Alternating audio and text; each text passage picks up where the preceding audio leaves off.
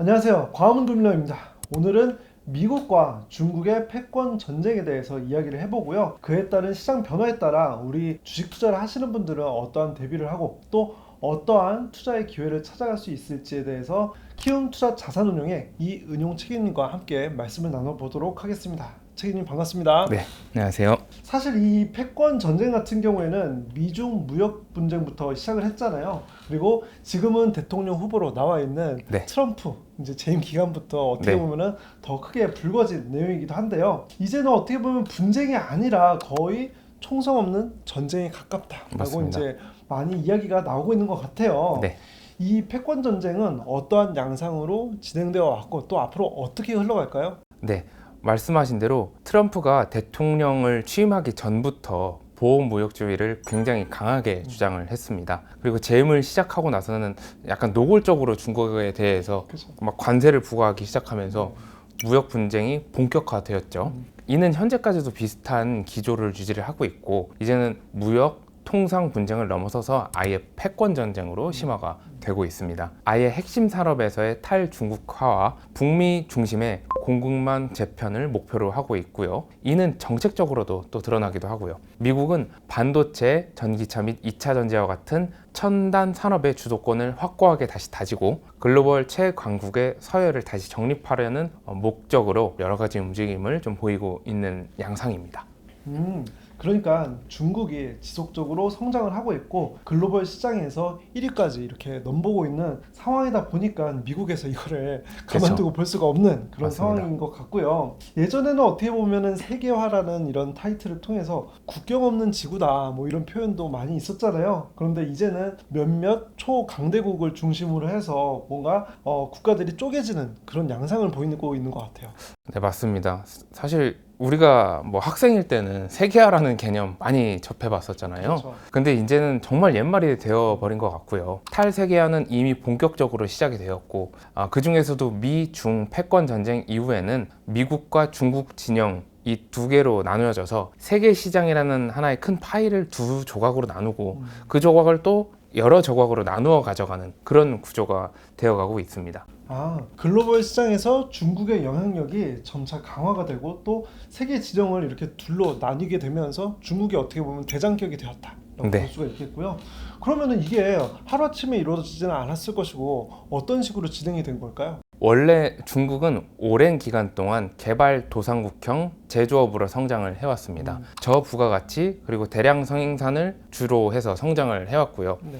사실 최근에는 인도가 세계 공장이라는 타이틀을 좀 가져간 측면이 있긴 합니다만, 그 전에는 사실 오랜 기간 동안 중국이 세계 공장이라는 타이틀로 되게 오랜 시간 동안 각인이 되어 왔습니다. 그렇게 하면서 중국의 영향력이 점차 커진 것인데요. 2000년대에는 중국이 생산기지의 역할을 하면서 외국인 투자 자본도 많이 유입이 되었고, 미국 또한 중국에서 제조된 상품을 수입하면서 미국의 중국에 대한 무역 의존도도 상당히 높아졌었지요. 금융이나 서비스 같은 산업에만 방점을 찍고 있던 미국이 이제 2008년에 금융위기가 터지면서 제조업 부족에 대한 논란이 되게 있었어요. 그래서 그 원인을 오프쇼어링으로 지적을 해서 리쇼어링에 대한 필요성이 부각이 되었었고요. 그리고 코로나 팬데믹이 터지면서 미국 내에서 이 문제에 대한 심각성이 다시 대두되었고요. 사실 미국은 코로나 시절에 미국 내에서 마스크도 제대로 생산을 하지 못했어요. 당시에 중국산 마스크를 대부분 수입을 하였는데 이 수입 경로도 막히니까 문제가 되었던 것이고요.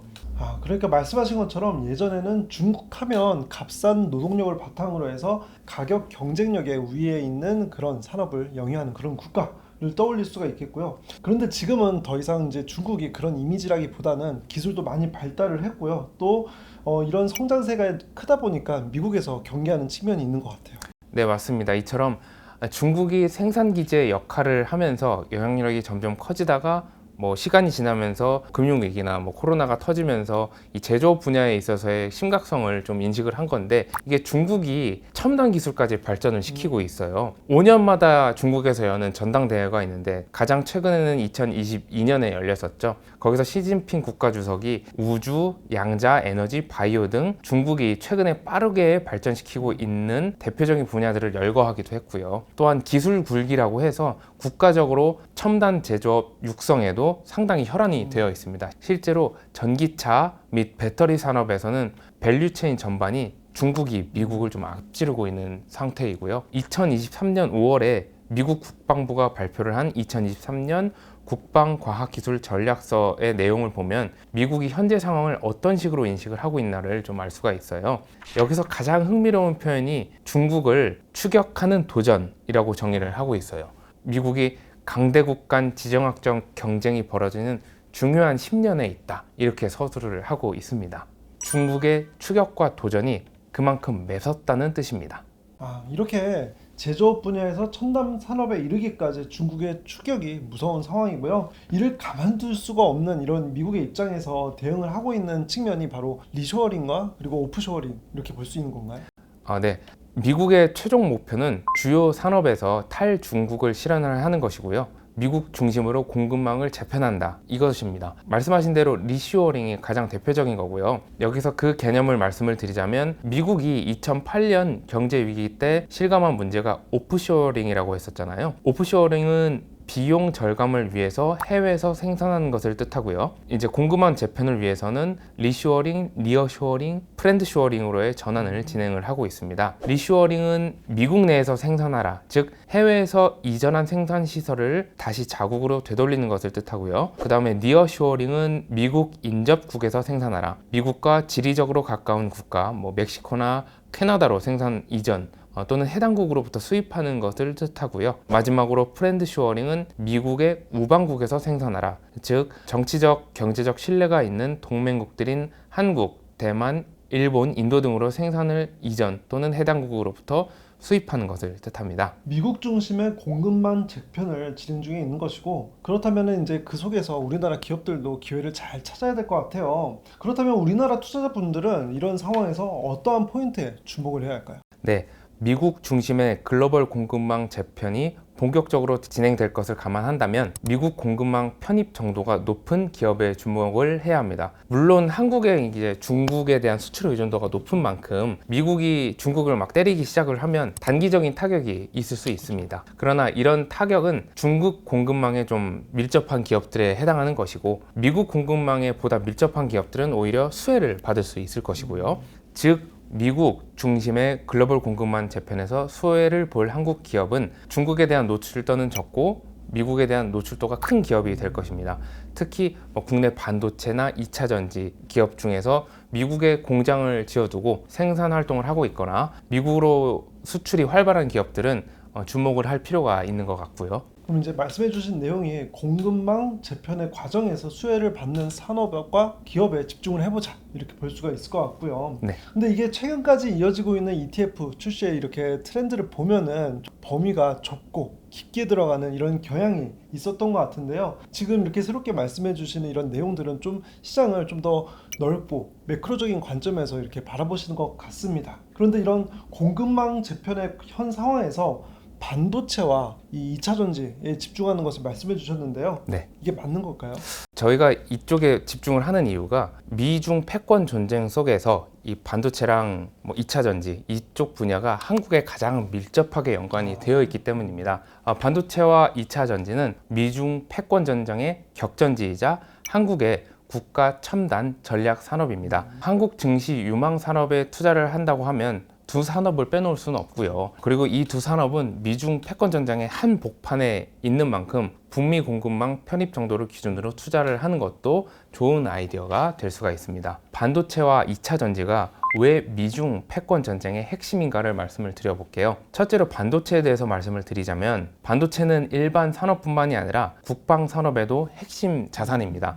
국방부터 경제까지 핵심으로 적용을 하고요. 미국이 반도체 산업 주도권을 양보할 수 없는 이유가 바로 이것이고요. 반도체 산업은 미국이 냉전 시대부터 국방 산업 일환으로 개발을 한 것이고, 오늘날 각종 무기나 방어 체계 성능 향상 및 구축을 위한 핵심 구성 요소입니다. 산업의 쌀이라고도 불리울 만큼 모든 산업의 필수 불가결한 요소로 반도체 산업은 가장 중요한 핵심 전략 산업입니다. 4차 산업혁명에서 가장 중요한 요소이고, 최근 AI 기술 발전과 함께 첨단 반도체 기술의 중요성이 더욱 부각되었고, 첨단 반도체 기술 확보가 없이는 경제의 발전도 국가 안보의 강화도 불가능합니다. 네, 그렇다면 반도체는 알아봤고요. 두 번째로 2차 전지가 미중 패권 전쟁의 핵심 산업이 되는 그 이유는 뭘까요? 네, 2차 전지는요, 전기차뿐만이 아니라 전력 대란이 생기는 최근에 중요한 화두로 떠오르는 에너지 저장 시스템, 다른 말로 ESS라고도 하죠. 여기에도 들어가고 또 태양광 전지, 로봇 등 첨단 산업의 핵심 동력원으로 사용이 됩니다. 따라서 미국, 중국 등 주요국들은 배터리 산업을 전력 산업으로 인식을 하고 있고요. 이에 2차 전지를 안정적으로 확보하기 위한 공급망 구축에 주력을 다하고 있습니다. 2차 전지의 최대 수요처는 우선 글로벌 전기차 시장이고요. 2차 전지는 전체 원가의 절반 정도를 차지하고 있을 정도고, 전기차 시장은 최근에 국가별 보조금이 줄어들어 주춤을 한다고 해도 그 성장세는 지속을 하고 있고요. 그 원재료는 사실 이제 중국이 글로벌 시장에서 차지하는 비중이 상당히 높은 현상이죠. S&E 리서치가 있는데 여기 리포트 중에 글로벌 전기 자동차 시장 및 배터리 수급 전망이 있어요. 근데 이 내용에 따르면 성장률이 16.6%로 나오고 있습니다. 미국이 이 안정적인 공급망을 갖추기 전에 전기차 산업이 확 커져버리게 되면 국가 기관 산업인 자동차 산업의 목줄을 중국한테 넘겨줘 버리는 셈이 되어버리죠. 미국은 경제 안보 측면에서 배터리 공급망의 중요성을 상당히 크게 느끼고 있습니다. 2차 전지는 전기차뿐만이 아니라 에너지 저장 시스템 ESS에도 필수 동력원으로 활용이 됩니다. 저희가 지난번 영상에서도 다룬 최근 AI발 전력 수요가 증가함으로 인해서 전력을 효율적으로 관리하는 ESS에 대한 중요도도 상승하는 중이지요. 네, 그러면은 이제 반도체와 2차 전지가 미중 패권 전쟁의 핵심 산업인 이유를 이렇게 말씀을 해주셨는데요. 그렇다면 여기서 미국이 중국을 어떻게 견제를 하고 있는지도 한번 알아볼 필요가 있는 것 같아요. 그리고 이것이 우리나라 기업에 어떠한 영향을 주고 있는지 이걸 안다면은 투자에도 좋은 포인트가 될 것 같습니다. 네. 네, 미국이 중국을 이 반도체 분야에서 어떤 식으로 견제를 하고 있냐, 이걸 말씀을 드리자면, 미국은 첨단 반도체 분야에선 사실 글로벌 최강이건 맞아요. 근데 미국은 연구 개발, 설계 분야에서 강한 거고, 사실 미국 내에 제조 기반은 좀 약한 측면이 있었습니다. 이제는 제조까지 자국 내에서 영위를 좀 해보자, 이런 측면을 보이고 있고요. 근데 자국 내에서 다 하지는 못해도, 제조를 다 하지는 못하더라도 최소한 우방국을 중심으로 공급망을 확보하려고 하고요. 앞서 말씀드렸다시피 코로나 팬데믹, 그리고 러시아 우크라이나 전쟁 등이 발생을 함에 따라서 학습 효과로 공급망의 중요성을 좀 깨달은 거고요. 중국은 레거시 반도체를 중심으로 반도체업을 해왔지만 이제는 국가적으로 첨단 반도체 산업의 육성을 꾀하고 있습니다. 미국은 중국의 첨단 반도체 생산 능력을 억제하기 위해서 칩스법을 통과를 시켰습니다. 칩스법의 주요 골자는요, 미국 내 반도체 공장 건설에 대한 지원, 예를 들면 미국의 반도체 공장을 짓는 기업에다가 25%의 세액 공제를 제공하는 등 그 내용이 있고요. 중국의 생산시설 구축 및 생산 능력을 확장하는 것을 금지를 하는 내용입니다. 현실적으로 전부 다 미국 내에서 생산을 하는 것은 불가능하니 미국에 대항하는 동맹국과의 협력을 강화하는 것입니다. 칩스법과 더불어서 미국은 글로벌 반도체 공급망의 핵심 국가인 한국, 일본, 대만과 함께 칩4 동맹을 결성을 했고요. 동맹국 간의 안정적인 반도체 생산 및 공급망을 구축하고 중국을 견제를 하는 것을 목표로 하고 있습니다. 한국에다가는 반도체 생산과 제조를 담당하도록 하는 것이죠. AI 열풍과 함께 반도체 수요가 구조적으로 증가를 하는 가운데 미국을 중심으로 하는 반도체 공급망 재편이 진행이 되면 HBM 강국이자 메모리 반도체 생산 강국인 한국에는 미국과 함께 성장할 수 있는 기회라고 볼 수가 있고요. 이에 한국 기업들은 미국에 대한 투자를 늘려둔 상태입니다. 현지 생산, 현지 판매와 함께 미국 시장에서의 영향력 확대에 기대를 하는 것이고요. 이는 미국 반도체 생산 라인 확충에 따른 수혜를 볼 수 있는 국내 반도체 소부장 기업들에도 기회의 요인으로 볼 수가 있습니다. 다음으로 2차 전지 산업의 현황을 좀 보시면요. 현재로서는 원료, 소재, 배터리 생산, 전기차에 이르기까지 이 전체적인 밸류체인이 중국이 좀 강점을 가지고 있어요. 미국은 완성차 산업에는 경쟁력이 확실히 있습니다. 하지만 원료, 소재, 그리고 셀 생산 부분에서는 상당히 취약한 모습을 보이고 있어요. 이 상태에서 2차 전지 분야의 공급망을 중국한테 빼앗겨 버리면 미국은 이 분야에서 완전히 밀리는 꼴이 되죠. 따라서 미국은 전기차 배터리 분야에서 중국에 대한 의존도를 최대한 낮추고 중국의 추가 성장을 억제를 하고자 하는 모습입니다. 그런데 미국은 이와 관련된 대표 기업이 사실 없기 때문에 중국과 직접적인 경쟁을 하기는 어려운 상태입니다. 미국이 2차 전지에 대해서 중국에 대한 견제를 진행을 하려면 동맹국인 한국과 일본의 성장을 유도를 해서 압박하는 방법을 쓸 수밖에 없는데요. 미국 내 생산 기업 또는 미국 우방국에 대해서 세액 공제 혜택을 주거나 중국 제품에 관세를 부과하는 등 중국을 견제를 진행을 하고 있어요. 배터리 셀의 경우 북미 현지 생산, 핵심 광물 및 구성 물질은 탈중국화, FTA 체결국 중심으로 밸류체인을 구성을 하고 있습니다. 이와 관련돼서 국내 기업에 상당히 긍정적으로 작용을 하고요. 대표적인 그 예가 LG 에너지 솔루션입니다. 네, 지금까지 말씀해주신 미중 패권 전장에서 우리나라 기업들 중에 수혜를 볼 수 있는 그런 기업들에 투자를 할 수 있는 상품을 이번에 새롭게 출시를 하셨다고 들었는데요. 네. 바로 이 종입니다. 코세프 K 반도체 북미 공급망 그리고 K 2차 전지 북미 공급망을 출시를 하셨잖아요. 네. 이름에 북미 공급망이라는 단어가 눈에 띄는데요. 이거는 어떠한 포인트인가요? 네, 이번에 저희가 출시한 ETF 두 개는요. 국내 반도체 기업 2차 전지 기업 중에서 미중 패권 전쟁 속에서 미국이 주도하고 있는 글로벌 공급망 재편의 수혜를 받을 것으로 기대되는 종목들을 좀 뽑아서 투자를 하는 ETF입니다. 미국 주도의 글로벌 공급망 재편의 수혜를 기대할 수 있는 기업, 즉 미국을 중심으로 한 북미 공급망에 밀접하게 연결되어 있는 기업들에 투자를 하는 상품이죠. 이런 기업들을 선별하기 위해서 기술적 정량적 기준으로 북미 매출 비중이 높은 기업을 골라내었습니다. 한국 대표 산업인 반도체와 2차 전지 투자 논리에 지정학적 요인을 결합한 것이 특징입니다. 그러니까 요즘에 솔직히 새롭게 출시되는 ETF들이 특정 테마에 집중적으로 투자를 하는 그런 ETF들이 많은데 이번에 키움에서 새롭게 출시한 상품 같은 경우는 지정학적인 요인들에 좀 더 포커스를 맞춘 것 같습니다. 네. 근데 여기서 특히 북미 매출 비중이 크다는 것 이게 어떤 의미가 있는 걸까요?